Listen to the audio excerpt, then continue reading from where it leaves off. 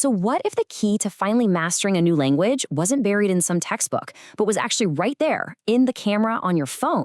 Today, we're going to dig into how vlogging is totally changing the game for language education, turning that all too familiar speaking anxiety into an amazing tool for fluency. I want you to think back to the last time you were in a language class. You know that feeling, right? The teacher calls on you, suddenly every single eye in the room is on you, and poof, the words you practice just disappear.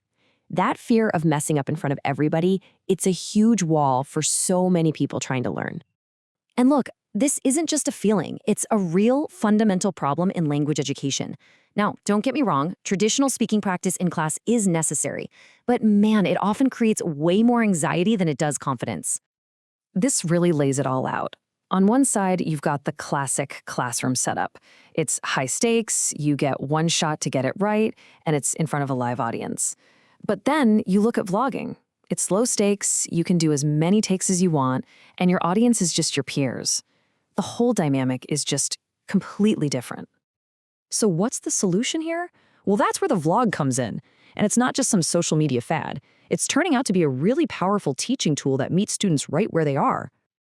To put it simply, vlogging is just video blogging. You record yourself talking about something, your ideas, your experiences, and then you post it online.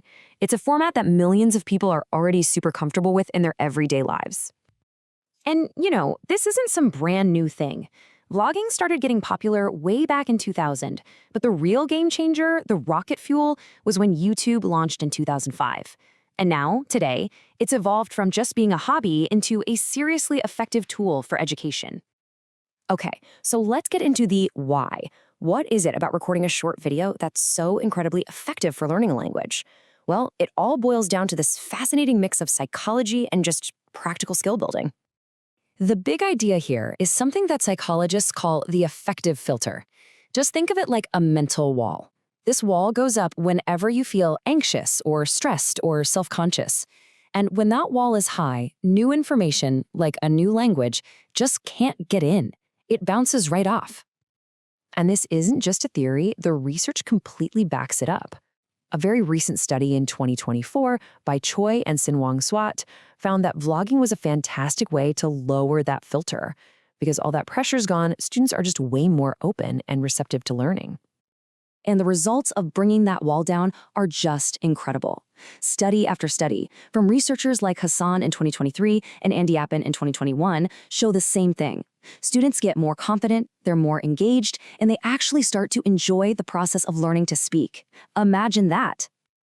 And on a really practical level, the benefit is just common sense. Unlike a live presentation where you get one shot, a vlog lets you practice, review your performance, and re-record it until you feel good about it. That repetition is absolutely crucial for locking in things like grammar and pronunciation. And you can actually see the results. These aren't just feelings, they're measurable improvements. Studies, including a really important one by Huang in 2021, have shown real concrete gains across the board in fluency, pronunciation, and even in comprehension, because students have to listen back to themselves while they edit. But here's where it gets even cooler. The benefits don't stop with language. Students aren't just learning Spanish or Japanese, they're also building a whole set of skills that are absolutely essential for the modern world. Think about it. The process itself is a masterclass in skill building. First, you have to plan the vlog, which teaches you how to outline and structure your ideas. Then you film, which is direct practice for public speaking. The editing phase is huge. It forces you to listen to yourself critically. And finally, sharing it builds those vital digital communication skills.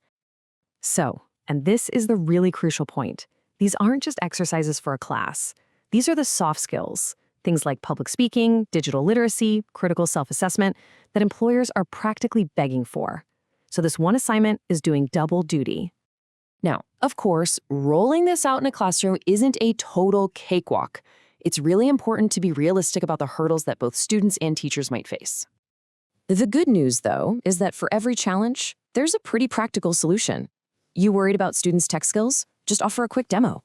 Privacy concerns? Let students blur their background or not even show their face. And when it comes to grading, just focus on communication and effort, not on perfect grammar. See? These are all totally manageable issues.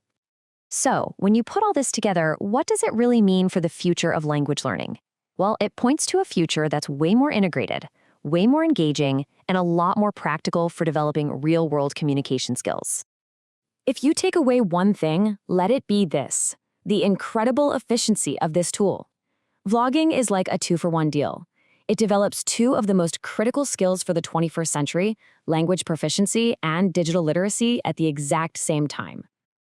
And that leaves us with a really provocative thought to chew on. As technology and education get more and more tangled up, you really have to ask yourself, is the future of becoming fluent less about sitting in a classroom chair and more about looking into a camera lens?